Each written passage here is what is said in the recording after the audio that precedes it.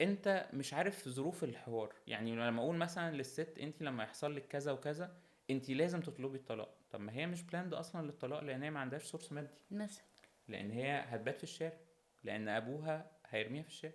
هذه التفاصيل انت لما تسخن الست من غير ما تدخل في حيزها وتخليها تطالب بحقها، بس بالشكل المناسب ليها، ويبقى عندها بلان لتطوير نفسها عشان تقدر تطلب حقها بشكل كامل، فده بيؤجج من مشاعر سلبيه تجاه النفس.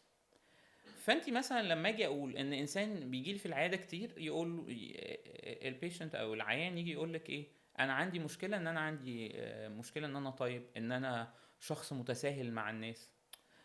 ايوه، ما الشيء ده اللي عندك انت استفدت منه كتير على فكره، كتير قوي يعني.